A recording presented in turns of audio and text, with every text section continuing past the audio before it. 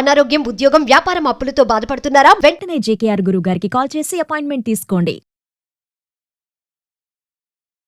నమస్తే రమగారు. నమస్తే జయ. రమగారు, మనము సప్త చిరంజీవులు వీళ్ళ గురించి చెప్పుకుంటూ ఉన్నాం కదా, ఈ రోజు ఎవరి గురించి చెప్తారు? అశ్వత్థామ బలిర్వ్యాసో హనుమాన్స్య విభీషణ. అశ్వత్థామ బలి వ్యాసుడు హనుమాన్ను చెప్పేశాం. విభీషణుడు కథ చెప్పాలి. విభీషణుడు అనగానే ఒక ప్రత్యేకమైన ఫీల్, చిరంజీవిత్వాన్ని పొందాడు అతను. అయితే ఇప్పుడు అశ్వత్థామ బలి రాక్షసుడు, వ్యాసుడు హనుమంతుడు మనకు తెలిసిందే. రాక్షసుడైన బలికి చిరంజీవిత్వం ఎట్లా వచ్చింది? భగవంతుడికి దానం చేయటం వల్ల. ఓకే, విష్ణుమూర్తికే, సాక్షాత్ విష్ణువుకే దానం చేయటం వల్ల అతని ఆ దాన గుణాన్ని మెచ్చి భగవంతుడు అతనికి వరం ఇచ్చాడు. విభీషణుడి విషయంలో ఆయన యొక్క తపస్సు వల్ల ఆయనకి చిరంజీవిత్వం వచ్చింది. ఇప్పుడు ఈ విభీషణుడు ఎవరు? బ్రహ్మమానస పుత్రుడు పులస్త్య బ్రహ్మ. పులస్త్య బ్రహ్మ కుమారుడు విశ్రావసువు. ఈ పులస్త్య బ్రహ్మకి ఒక చిత్రమైన కథ చెప్తారు. ఆయనట తీవ్రంగా తపస్సులో మునిగి ఉండేవారు, ఎంతో తపస్సు చేసుకునేవాళ్ళు. అయితే ఈ తపస్సు చేసుకునే క్రమంలో వీర అందరూ వచ్చి ఆయనకి డిస్టర్బెన్స్ వస్తుందని, ఎవరైనా ఇక్కడికి స్త్రీలు కనుక వచ్చి తనని డిస్టర్బ్ చేస్తే అసలు ఆ తపోవనంలో కడుగు పెడితే గర్భవతులు అయ్యేలాగా ఒక ఇది పెట్టారు నియమం. తృణబిందుడు అనే మహర్షి కుమార్తె అది వాళ్ళకు తెలియక వచ్చింది, ఆమె గర్భవతి. అప్పుడు ఆయన ఏమన్నారు, ఈమెను స్వీకరించమని పులస్త్య బ్రహ్మకి చెప్పారు. వాళ్ళకి పుట్టిన కుమారుడు విశ్రవసువు. ఆయనకి చాలా సంతానం ఉన్నారు, 2-3 భార్యలు. మొదటి భార్య కుమారుడు కుబేరుడు. ఓకే. ఆయన రెండో భార్య కైకసి అనేటువంటి ఒక రాక్షస కన్య. కైకసి మొదటి భార్య కుబేరుని తల్లి బ్రాహ్మణ స్త్రీయే, బ్రహ్మవంశంలో జన్మించింది. కైకసి మాత్రం రాక్షస స్త్రీ. ఎందుకు ఈ పని చేశారు? దీనికి ముందుగా ఏం చెప్పుకుంటాం మనం? విష్ణు పార్షదులు, విష్ణువు యొక్క ద్వారపాలకులైనటువంటి జైవిజయులు ఇద్దరు రాక్షస జన్మలు ఎత్తాలి. మొదటిసారిగా వాళ్ళు ఎలా పుట్టారు? హిరణ్యాక్ష హిరణ్యకశిపులుగా పుట్టారు. కృతయుగంలో జరిగింది. త్రేతాయుగం నాటికి ఇప్పుడు రాక్షసులుగా జన్మించాలి అంటే విశ్రవసువేమో బ్రాహ్మణుడు, ఆయనకి భార్య అయ్యే ఆవిడ, ఆయనకి సంతానంగా రావణ కుంభకర్ణులు జన్మించాలంటే రాక్షస స్త్రీ వల్ల అయితే వాళ్ళకి రాక్షస గుణం మితోతికంగా ఉంటుంది. అందుకని కైకసిని తెచ్చి పెళ్లి చేశారు ఈయనకి. ఓకే. ఆమెకి జన్మించారు 3 కుమారులు, రావణుడు, కుంభకర్ణుడు, విభీషణుడు. అయితే ఈ రాక్షస పుట్టుకలు పుట్టిన వాళ్ళందరికీ కూడా మరణం తథ్యం. ఎందుకంటే వాళ్ళ వంశాలలో అమరత్వం లేదు. అమరత్వాన్ని సాధించుకోవాలి వాళ్ళు. ఒకటి అమరత్వాన్ని సాధించాలి అంటే ఇక మరణం లేకుండా. అందులో కొంతమంది మోక్షాన్ని సాధించాలనే ఆలోచన ఉన్న వాళ్ళు కూడా ఉన్నారు. ఇదే కాకుండా త్రిలోకాధిపత్యం కావాలి, ఈ ప్రపంచమంతా నా అదుపులో ఉండాలి, నేను అత్యంత బలశాలిని కావాలి, ఇలాంటి భావాలు, తీవ్ర భావజాలాలు ఉన్నవాళ్ళు ఎప్పుడూ ఉంటారు. ఈ రకరకాల భావజాలాలతోటి రావణుడు, కుంభకర్ణుడు, విభీషణుడు 3 తపస్సు చేశారు. రావణాసురుడు అమరత్వాన్ని కోరుకున్నాడు. అమరత్వం కుదరదు, ఇంకేదైనా వరం కోరుకోమంటే నరవానరుల వల్ల తప్ప ఇంకా ఎవ్వరి వల్ల భయం లేకుండా అత్యంత బలశాలిగా ఉండటం, త్రిలోకాధిపత్యాన్ని సంపాదించడం, అవన్నీ కోరుకున్నాడు లిస్టు. ఆయన ప్రకారము ఆయనకి లభించినాయి. దీంతో పాటుగా ఇంకా ఏం చేశాడు? ఆయన తపస్సులో ఒక్కొక్క తన శిరస్సుని నరికి యజ్ఞానికి ఆహుతి చేస్తూ కూడా తపస్సు చేశాడు. తీవ్రమైన తపస్సు. ఆ అతి తీవ్ర తపస్సు వల్ల పరమేశ్వరుడు ప్రత్యక్షమయ్యాడు. ఆయన నందంటే నంది, పందంటే పంది అయింది. రావణాసురుడు ఏదనుకుంటే అది చేయగలిగేంత శక్తిని సంపాదించాడు. బలగర్వంతో ఎన్నో రకాల దుష్కృత్యాలు చేశాడు. అది చేశాడు. భక్తిపరుడు అలాగే దుర్మార్గుడు రెండును. ఇవి 2 కాకుండా ఇంకా ఉన్నాయి. ఆయనకి చాలా తపస్శాలి, ఎంతో విద్యలు ఉన్నవాడు, అద్భుతంగా వేద విద్యను చదువుకున్నవాడు, సంగీతంలో నిష్ణాతుడు రావణాసురుడు. మంచి క్వాలిటీస్ కూడా ఉన్నాయి, చాలా ఉన్నాయి. వాటితో పాటుగా తీవ్ర ప్రకృతి, తీవ్రమైన ఒక ధోరణి ఉంది. కుంభకర్ణుడు తపస్సు చేశాడు, నిద్ర కోరుకున్నాడు. ఇప్పుడు వీళ్ళిద్దరూ అగ్నికి వాయువు తోడైనట్టు పెద్దవాడు అన్ని వేల వరాలు అన్ని రకాల వరాలు కోరుకుంటే వీడెన్ని కోరతాడో ఇద్దరు కలిసి లోకాల మీద పడతారని సరస్వతీదేవిని అతని నాలిక మీదకి ఉండి నిద్ర కోరుకునేలాగా, నిద్ర తక్కువ కోరుకుందాం అనుకున్నాడు. అది 6 నెలల దీర్ఘ నిద్రని కోరుకున్నాడు. చివరికి ఆయనకి 6 నెలల నిద్ర. పరమ బలవంతుడు, పుటకే బలమైన పుటక, అత్యంత బలశాలి అయిన వాడు కుంభకర్ణుడు. ఆ కాలంలో అమిత బలాన్ని పొందాడు, అమిత పరాక్రమాన్ని పొందాడు, వరాలతోటి తపశ్శక్తి వల్ల నిద్రని కూడా పొందాడు. అయితే వీళ్లతో పాటే తపస్సు చేసిన కుంభకర్ణుడు బ్రహ్మదేవుడిని ఏం కోరుకున్నాడంటే, నేను నిరంతరము ధర్మాత్ముడిగా ఉండేలాంటి వరం ఇవ్వమని కోరుకున్నాడు. బలం అడగల, శక్తి అడగల, అమరత్వం అడగల, మోక్షం అడగల, ధర్మం తప్పని విధానాన్ని నా జీవితానికి ఇవ్వు, ఏ దశలోనూ నేను ధర్మం తప్పకూడదు. విభీషణుడు రావణాసురుడి యొక్క రహస్యాన్ని రాముడికి చెప్పాడు, కానీ ఆయన ధర్మం తప్పలేదు. ధర్మం తప్పని వరాన్ని భగవంతుడి బ్రహ్మదేవుడి దగ్గరే పొంది ఉన్నాడు అతను. అదే దాంతో పాటుగా ఈయన బ్రహ్మదేవుడు, నీవు ధర్మాత్ముడుగాను ఉంటావు, ధర్మబద్ధమైన నీ కోరికకి మెచ్చి నీకు చిరంజీవిత్వాన్ని ఇస్తున్నాను అని బ్రహ్మదేవుడు స్వయంగా వరమిచ్చాడు. ఓ, ఏ దేవుడు స్వయంగా వరమిస్తాడు? ఎవరికైనా జరిగిందా అట్లా? అస్సలు ఎవరికి ఎంత లేదు. తపస్సు చేయాలి, ఎంత దీక్ష చేయాలి, ఎంత చేసినా మనం అడిగేదాన్ని బట్టే మన వరం. అంతే కదా. అడిగిన దాని ప్రకారంగా వరం. ఇప్పుడు హిరణ్యాక్ష హిరణ్యకశిపులు అడిగిన దాని ప్రకారంగానే పొందారు వరాలు. రావణ కుంభకర్ణులు అంతే. ఈయనేమడిగాడు? ధర్మాత్ముడుగా జీవించాలి అని కోరుకున్నాడు, అంతే. ఆయన చిరంజీవి అయ్యాడు. కానీ ఈ చిరంజీవి నేను ఎప్పటికీ నువ్వు జీవించే ఉంటావు అనగానే వీడికి ఒక రావాలి ఉద్రేకం లోపల నుంచి, ఓ నేను ఏమైనా చేయొచ్చు, నాకు మరణం లేదని. అవును. కానీ అది రాల. ఎందుకంటే ఆయన తొలుత కోరిన వరం ఏమిటి? ధర్మాత్ముడుగా ఉండడం. ఇక ధర్మాత్ముడుగానే ఉన్నాడు, అన్నతో పాటే ఉన్నాడు. అన్నగారికి తెలుసు తమ్ముడు ధర్మాత్ముడు అని. ప్రతి దశలోనూ ఆయన ధర్మం బుద్ధి బయటపడింది. ఆంజనేయ స్వామి లంకలోకి వెళ్ళాడు. దానికి ముందు సీతాదేవిని చెరపట్టాడు రావణాసురుడు. ముందు సీతను తీసుకొచ్చాడు. బలవంతం చేయకూడదు, ఆయనకి శాపం ఉంది, రంభ వల్ల శాపం ఉంది రావణాసురుడికి. ఏ స్త్రీనైనా బలవంతం చేస్తే నీ తల 1000 వక్కలైపోతుంది అని రంభ వల్ల నలకూబరుడు శపించాడు. ఈయన స్వర్గం నుంచి వస్తుంటే రంభ కనపడింది, ఆమెను పిలిచాడు.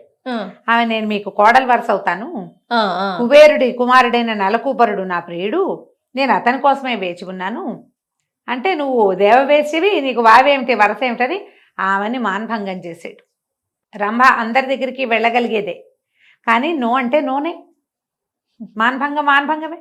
ఆమె పరమ దుఃఖంతో నలకూబరుడు వచ్చేసరికి దుఃఖంగా ఉంది. ఏం జరిగిందంటే ఇది చెప్పింది, రావండు నీ పిన తండ్రి, నేను ఎంత వద్దని చెప్పినా నీ పేరు చెప్పినా అతను వినలేదు అని. అప్పుడు నలకూబరుడు శపించాడు, నిన్నొల్లని స్త్రీని ముట్టుకున్నావా నీ తల 1000 వక్కలవుతుంది అని. ఇప్పుడు సీతాదేవిని తెచ్చాడు. ఆమె అబల మానవ స్త్రీ, ఆమె మహామాయగా ఉంది మనకు తెలుసు. అయినా కూడా ఇక్కడ ఉన్న ఆమె ఉన్న జీవితం ఏమిటి? మానవ కన్యగా దొరికింది, మానవులతోటి పెంచబడింది, మానవ స్వరూపంలో ఉన్న భగవంతుడి చేత వివాహం చేసుకోబడింది, ఆయనతోటి అడవికి తేయబడింది, వీడెవరితోటి ఎత్తుకురాబడింది. అన్ని చోట్ల మానవ లక్షణాలే ఉన్నాయి. మానవ కాంతని అతను చాలా సులువుగా చేయగలడు, కానీ చేయలేకపోయాడు, ఎందుకంటే ఈ శాపం ఉండటం వల్ల. ఆమెను బలవంతం చేసినప్పుడే చెప్పాడు, ఎందుకు వచ్చింది? నీకు శాపం ఉంది, వీళ్ళతో పెట్టుకోవద్దు. ఇతను రాముడని చెప్పబడుతున్నవాడు ఈ అమ్మాయి భర్త. అతను జనస్థానంలో 14,000 మంది రాక్షసుల్ని 3 గంటల్లో తుడిచిపెట్టేశాడు. ఎంతమందినో సంహరించాడు. మారీచుడికే అతనంటే భయం. అలాంటి వారి జోలికి వెళ్ళకూడదు వద్దన్నాడు. ఏం వినలా. తమ్ముడు ధర్మాత్ముడే కానీ ఈయన వినలేదు. రోజులు గడిచాయి. అయితే త్రిజట అని ఒక రాక్షస స్త్రీ గురించి చెప్తారు, కానీ ఆవిడ ఒక వృద్ధురాలుగాను వర్ణించబడుతుంది. ఆ త్రిజట విభీషణుడి కూతురు అని కొన్ని రామాయణాల్లో కనిపిస్తుంది. ఈ సీతాదేవికి కాపలా పెట్టిన చాలా మంది రాక్షసీ గణంలో త్రిజట అనే ఒక ఆవిడ ఉంది. ఆ త్రిజట స్వప్నం చాలా ఫేమస్. ఆ ఘట్టం రామాయణంలో చాలా అద్భుతమైన ఘట్టంగా చెప్పబడుతుంది. వీళ్ళు వెంబడి మళ్ళీ చెప్పుకుందాం. అయితే ఈ త్రిజట కాకుండా విభీషణుడి భార్య సరమ అని ఒక గంధర్వ స్త్రీ ఆయనకి భార్యగా ఉంది. ఆమె సీతాదేవితో స్నేహంగా ఉన్నట్టుగా కొన్ని సందర్భాల్లో కొన్ని రామాయణాల్లో కూడా చెప్పబడుతుంది. అయితే ఇప్పుడు ఆంజనేయ స్వామిని పట్టుకున్నారు. ఆయన లంకా దహనం చేయటానికి ముందు ముందు ఏం చేశాడు, అశోకవనం అంతా పాడు చేశాడు. ఓకే. పాడు చేయగానే కొంతమందిని పంపించారు రాక్షసుల్ని, వాళ్ళందరినీ చితకొట్టాడు. తర్వాత అక్షకుమారుడు రావణాసురుడు కుమారుడు వచ్చాడు, వాడిని సంహరించాడు. వాళ్ళు వీళ్ళు చాలా మంది వచ్చారు, వచ్చిన వాళ్ళందరినీ కొట్టాడు. ఇక వశం కావటం లేదని ఇంద్రజిత్తుని పంపారు. ఆయన బ్రహ్మాస్త్రం వేశాడు, బ్రహ్మాస్త్రానికి దొరికాడు. ఈయన దొరకడు నిజానికి, బ్రహ్మాస్త్రం కూడా ఆయన కట్టలేదు, తాత పట్ల గౌరవంతో లొంగాడు అంతే. పైగా బ్రహ్మాస్త్రంతో ఇట్లా కట్టిన తర్వాత వీళ్ళు ఏం చేశారు, ఇంకో తాడేసి కట్టారు. ఇంకో తాడుతో పెట్టి బంధించగానే బ్రహ్మాస్త్రం విడిచేస్తుంది. అట్లా చేయకూడదు, అది నియమం అన్నమాట. ఈయన పట్టుకుపోయారు సభలోకి. పట్టుకెళ్తే ఏమన్నారు, ఈ తోకని ఆ ముందు దూతని చంపుతామన్నారు.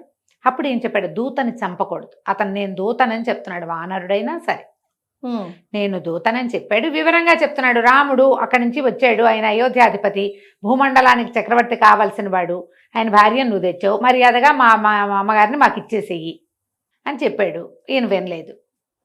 సంహరించాలంటే విభీషణుడు ఒప్పుకోలే సభలో. దూత ఎప్పుడూ చంపదగిన వాడు కాదు. నువ్వు అవుననో కాదనో ఒక మాట చెప్పి పంపే, అంతే అంతే. నువ్వేమన్నావో వాళ్ళకి తెలియాలి తప్ప దూతని పొరపాటును కూడా చంపడానికి వీల్లేదని పట్టేశాడు గట్టిగా. దాంతో వీళ్ళేమనుకున్నారు, సరే దూతను చంపకూడదు, కానీ ఇది వానరము, ఇది వచ్చినవాడు వానరుడు కాబట్టి వానరుడికి తోకలో వాడి శక్తి అంతా తోకలోనే ఉంటుంది, తోకే కదా దాని విలువ. అందుకని తోకకు బట్టలు చుడితే ఆంజనేయ స్వామి మొత్తం లంక అంతా దహనం చేసి పోయాడు. కథ నడిచింది. అక్కడి నుంచి రాముడు మొత్తం సైన్యంతో కలిసి లంకా నగరం మీదకి దండుకు బయలుదేరాడు. దండయాత్రకు వచ్చారు. వచ్చిన తర్వాత ఈయన ఒప్పుకోలే, నువ్వు ఇది లంకాని పాడు చేయటానికి ప్రయత్నం చేస్తున్నావు అని అన్నయ్య మీద తిరగబడ్డాడు. ధర్మం చెప్పాడు, ఎక్కడున్నా ధర్మం. నువ్వు ఏం చేసావు, ఆయన భార్యను తెచ్చావు, అడిగాడు, పంపించాడు దూతను, నువ్వు వినలేదు, వచ్చాడు. ఇప్పుడు కూడా మాకు అప్పచెప్పమంటున్నారు వాళ్ళు, ఇప్పుడు కూడా మేము వెనక్కి వెళ్ళిపోతాం, నువ్వు ఇలా చేయకపోతే గనక నువ్వు ఈ లంకానాశనానికి పూనుకుంటున్నావని అన్నయ్యని చాలా గట్టిగా దండించేశారు కదా. మిగిలిన వాళ్ళంతా రావణాసురుని సపోర్ట్ చేశారు, విభీషణుడు ఒక్కడే సపోర్ట్ చేయలే. ఒక పెళ్లి కాని కన్యని గనక నువ్వు తెచ్చితే వేరే కథ, నువ్వు వివాహితని తీసుకొచ్చావు కాబట్టి ఇప్పుడు ఇది ఏమైనా సరే ఈ యుద్ధానికి పనికిరాదు, ఇది అధర్మ యుద్ధం అన్నాడు. అనగానే రావణాసురుడు వెళ్ళగొట్టేశాడు. నువ్వు వెళ్ళిపోమన్నాడు, సభలోంచి వెళ్ళిపో, నువ్వు మాతో ఉండడానికి వీల్లేదన్నాడు. ఈయన ఇంట్లో కూర్చోవచ్చు, కానీ ఈయనకి ఏమనిపించింది, ధర్మం ఏ వైపు ఉందో ఆ వైపు ఉండాలనిపించింది. 4 మంత్రులతోటి లంకా నగరాన్ని వదిలిపెట్టి రాముడి దగ్గరకు వచ్చాడు. వీళ్ళు కొంత భయపడ్డారు, అతని తమ్ముడు. కాకపోతే ఆంజనేయ స్వామి చెప్పాడు, ఈయన ధర్మాత్ముడు, ఇతను సభలో దూతోన వచ్చహ అని చెప్పాడు, ఈయన్ని నమ్మచ్చని చెప్పేసరికి మాట్లాడుకున్నారు. అప్పుడు ఈయన రాముల వారు అతనితో మైత్రి స్నేహం చేశారు. స్నేహం చేసి ఆయనతోటి కలిసి ఉన్నారు. రావణాసురుడి గర్భంలో అమృత భాండం ఉంది, అది కొట్టమని విభీషణుడు చెప్పాడన్న మాట చెప్పలేం మనం, అది జరగల, రామాయణ వాల్మీకంలో లేదు అది. కానీ వీళ్ళ బలాలు బలహీనతలు ఆయన చెప్పగలిగాడు. ఆయనకు తెలుసు కదా, మరి వీళ్ళు కోటలోకి వెళ్ళాల, కోటని జయించే ప్రయత్నం చేయలే, కేవలం రావణాసురుడిని జయించే ప్రయత్నమే చేశారు. అవును, కోట జోలికి వెళ్ళాల, స్త్రీల జోలికి వెళ్ళాల, బాలుడి జోలికి వెళ్ళాల, యుద్ధం బయటే జరిగింది కానీ లోపలికి వెళ్ళలేదు. అంటే అక్కడ యుద్ధం చేసింది సాక్షాత్తు భగవంతుడు, రూపంలో ఉన్న భగవంతుడు, ధర్మాత్ముడు కదా ఆయన, ధర్మయుద్ధమే అంతే. ఇతన్ని కొట్టి ఆమెను తీసుకెళ్ళాలి అంతే, ఇంకేం అక్కర్లే మాకు, దీని మీద ఈ రాజ్యం మీద మాకు ఎటువంటి అధికారము అక్కర్లేదు అనుకున్నారు వాళ్ళు. ఆమెను తీసుకెళ్తాం ఒకటే, వాళ్ళు ధర్మాత్ములు, వాళ్ళ పక్కన చేరాడు ఈయన. యుద్ధం జరిగింది, రావణాసురుడు గతించాడు, రావణుడు కుమారులు తమ్ముళ్ళు మొత్తం అందరూ వెళ్ళిపోయారు. ఇప్పుడు ఆ రాజ్యానికి వారసుడు ఎవరు, విభీషణుడు మాత్రమే. ఆయనకి సముద్ర జలాలతోటి అభిషేకం చేశాడు రాముడు. లంకా రాజ్యానికి నిన్ను రాజుని చేస్తున్నాను, అక్కడ ఇంకా స్త్రీలు ఆడవాళ్ళు ఉన్నారు, పిల్లలు ఉన్నారు, లోపల రాక్షస జాతి ఉంది, పోవాలా. ఓకే, రాక్షసులు అందరినీ అంతం చేయలా.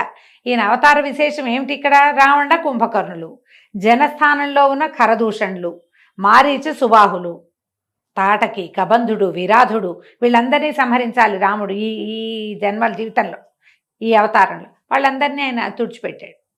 విభీషణుడు శాశ్వతంగా జీవించి ఉన్నాడు, ఇప్పటికీ ఉన్నాడని చెప్తారు. మరి ఇప్పుడు కనపడుతున్న లంకా నగరం శ్రీలంకే అయితే ఆయన ఎక్కడున్నాడో మనకు తెలియదు. రాక్షస పాలనలో ఉన్న నాళ్ళు విభీషణుడు ఉన్నాడు. ఆయనకి మనకి ఇంకొక ఐతిహ్యం కథ ఏం చెప్తారంటే, వీళ్ళందరూ మళ్ళీ లంకా నగరం నుంచి పుష్పక విమానం ఎక్కి అయోధ్య నగరానికి వచ్చారు. రామ పట్టాభిషేకంలో విభీషణుడు కూడా పక్కనే ఉన్నాడు, వాళ్ళతో పాటు ఉన్నాడు. ఆయన వెళ్ళేటప్పుడు రాముల వారు తాము పూజించేటువంటి శ్రీరంగనాథుడి ప్రతిమా స్వరూపాన్ని విభీషణుడికి అప్పచెప్పారని పూజ చేసుకోవడానికి ఇచ్చారు. ఆయన విష్ణు భక్తుడు కాబట్టి అదేలేండి. ఇస్తే అది పట్టుకెళ్తూ ఉండగా ఆ శ్రీరంగనాథుడు భూమి మీద ఉండిపోయాడని, లంకా నగరానికి వెళ్ళకుండా ఇక్కడ తమిళనాట ఉండిపోయాడని ఒక కథ చెప్తారు. అంటే శ్రీరంగంలో ఉన్నారని ఆ ప్రతిమ అక్కడ ఉండిపోయింది. ఓకే.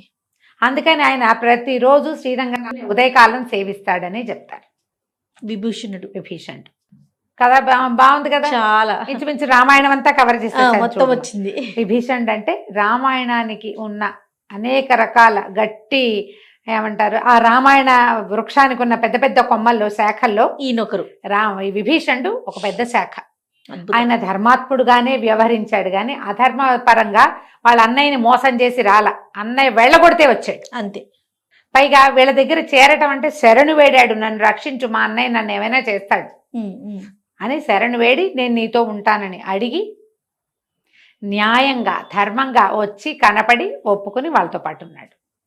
విభీషణుడు లాంటి వాళ్ళకి, అంటే ధర్మం పక్కన నిలబడే వాళ్ళకి పరాజయం ఉండదు. వాళ్ళు ఎక్కడో చోట గెలుస్తారు అంతే. వాళ్ళు ఉన్న చోట వాళ్ళకి గెలుపు లభించకపోతే గెలుపు లభించే చోటకి వాళ్ళు వెళ్ళి అక్కడ నిలబడతారు.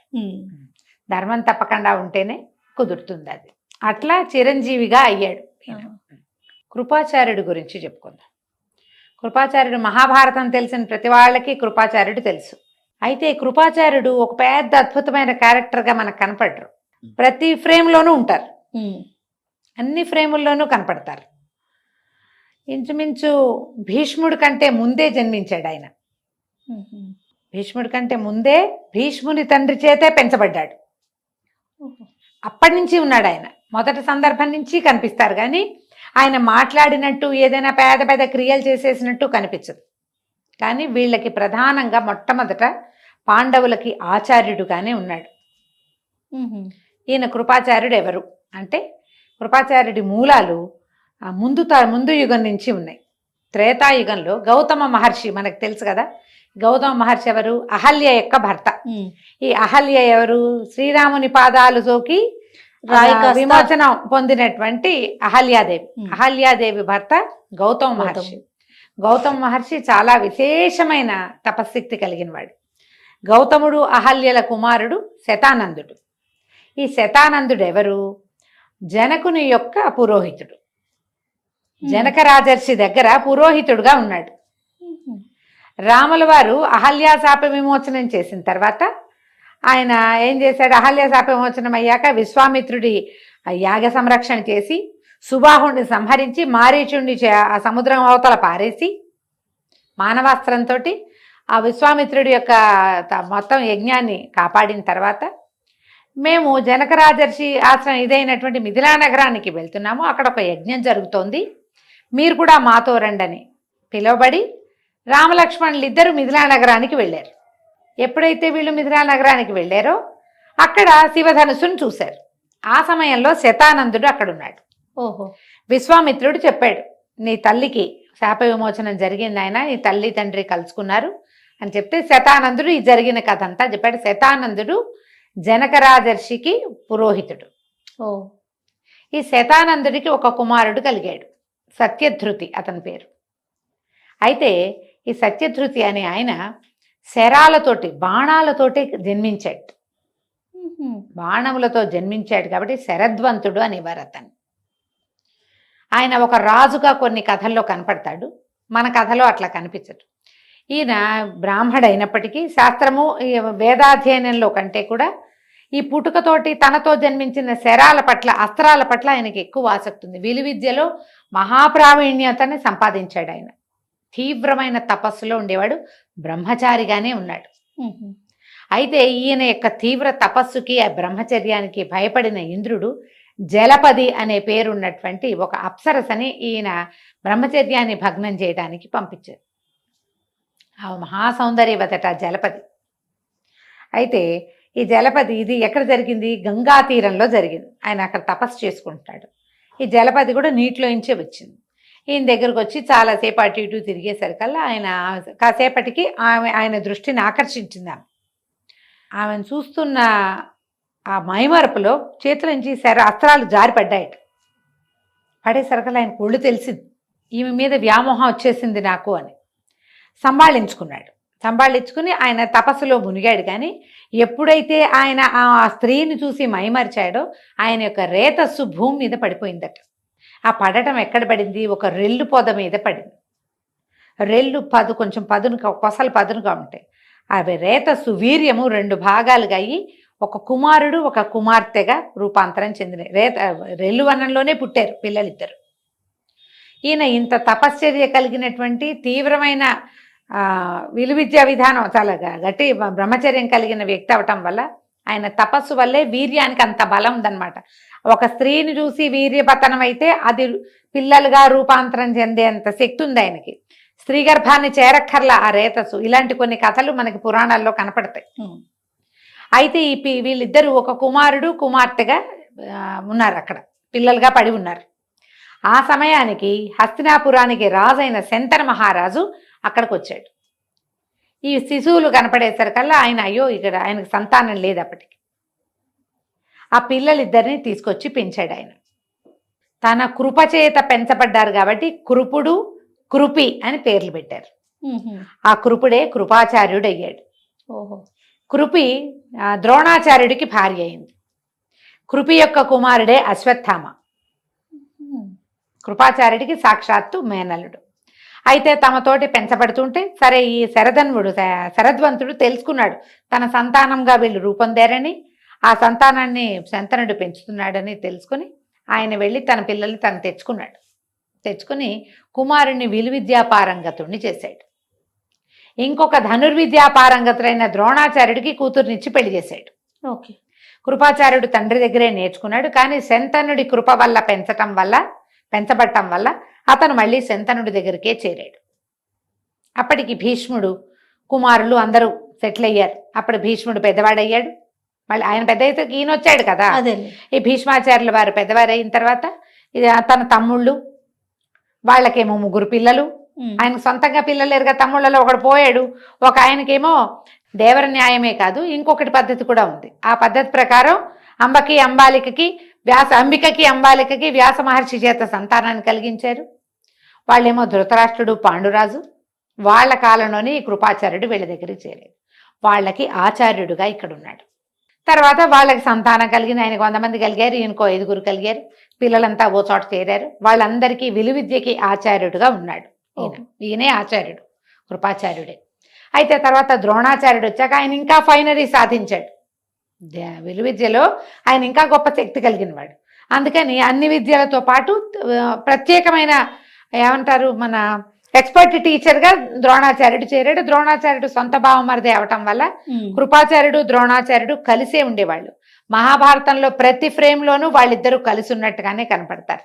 వాళ్ళిద్దరూ ఒకళ్ళతో ఒకళ్ళు వాదించుకుని మాట్లాడుకున్నట్టుగా ఎక్కడా ఉండదు, కానీ వాళ్ళు కలిసే ఉన్నారు. ఈయన మళ్ళీ చివరికి ఏం చేశాడంటే చివరికి అశ్వత్థామ, కృతవర్మ, కృపాచార్యుడు వీళ్ళు 3 కలిసే దుర్యోధనుడి దగ్గరికి వెళ్ళారు. యుద్ధం అంతా పరిసమాప్తం అయిపోయింది. దుర్యోధనుడు నీళ్లలో ఉన్నాడు. ఆయన చూసి అయ్యో మా రాజు ఇట్ట అయిపోయాడని దుఃఖించారు. అశ్వత్థామ నన్ను అభిషిక్తుణ్ణి నన్ను చెయ్యి సర్వసైన్యాధ్యక్షుణ్ణి నీ పగ తీరుస్తానని చెప్పాడు. కృపాచార్యుడు కృతవర్మ ఇద్దరూ అశ్వత్థామతో పాటు వెళ్ళారు. కానీ పాండవులు అశ్వత్థామ వెనకాలబడి అతన్ని పట్టుకొచ్చారు. కానీ కృతవర్మని ఏం చేయలే, కృపాచార్యుని ఏం చేయలే. కృతవర్మేమో యాదవ సైన్యంతో పాటు ఇంటికి వెళ్ళిపోయాడు. కృపాచార్యుడేమో హస్తినాపురంలో తన ఇంటికి వెళ్ళిపోయాడు. పాండవులు ధర్మాన్ని పాటించారు. వీళ్ళిద్దరూ నిమిత్త మాత్రులు. అతనితో ఉన్నారు కానీ అతనితోటి ఏమీ చేయలే. పైగా ఏదో కొంతమందిని సంహరించారు బయటకు వచ్చిన వాళ్ళని. ఈ పిల్లల జోలికి వాళ్ళు రాలా. పాండవుల పిల్లల జోలికి రాలా.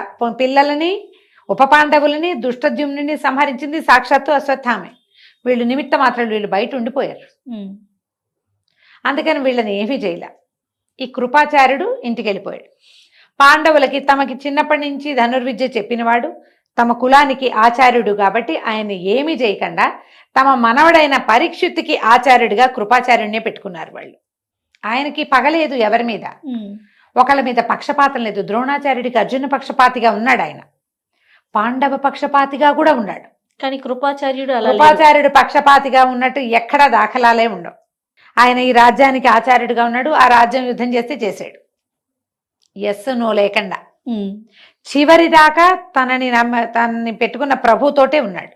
అది అయిందా, ఆ ప్రభు వెళ్ళిపోయాడు, కొత్తగా వీళ్ళు వచ్చారు ప్రభువులుగా, అయినా కూడా వీళ్ళతో పాటే ఉన్నాడు. వీళ్ళతో ఉండి పరీక్షిత్తుకి కూడా ఆచార్యుడిగా ఉన్నాడు. పరీక్షిత్తు మరణానికి కూడా కృపాచార్యుడు సాక్షిగానే ఉన్నాడు. జనమేజయుడికి ఆచార్యత్వం వహించినట్టుగా కనపడదు. అంటే నేను ఇంకా ఆ భాగాలు చదవలే సరిగా చెప్పాలంటే. ఈయన తపస్సుకి వెళ్ళిపోయాడు. ఈయనకి తండ్రి వల్లే చిరంజీవిత్వం లభించింది. ఈయనతో పాటు కృపి కూడా జీవించే ఉండవచ్చు అన్న ఒక పాయింట్ కూడా ఉన్నది. ఆమె ఎక్కడుంది ఏమిటి అనేది అయితే మనకి వివరాలు తెలియదు. తెలియదు. కృపాచార్యుడు మాత్రం పుట్టుకతోటి ఒక ప్రత్యేకమైన జన్మ కలిగిన వాళ్ళు వీళ్ళు, కృపి అండ్ కృపాచార్యుడు ఆచార్యుడు ఇద్దరు కూడా. ఎందుకంటే అయోనిజులుగా ఉన్నారు, స్త్రీ గర్భంలోంచి పుట్టల వాళ్ళు. తండ్రి వీర్యం వల్ల మాత్రమే శరవణంలో జన్మించారు. అందువల్ల ఆయనకి ఈ మహా తపస్యాలిగా అయినటువంటి కృపాచార్యుడికి తండ్రే అజరామరంగా నువ్వు ఎప్పటికీ జీవించే ఉంటావు. అజరామరం అంటే ముసల్తనం లేదని కూడా వస్తుంది, అది అలా లేదనిపిస్తుంది. చిరంజీవి మరణం లేకుండానే వరం పొందాడు. ఆయన తపశ్చర్యలోనే ఉంటాడని, ఆయన ఎవరికైనా కనపడ్డాడని అదని మనకెవరు చెప్పరు. కానీ కృపాచార్యుడు చిరంజీవి. బాగుంది కదా కథ? చాలా బాగుందండి. రైట్. నమస్తే. నమస్తే.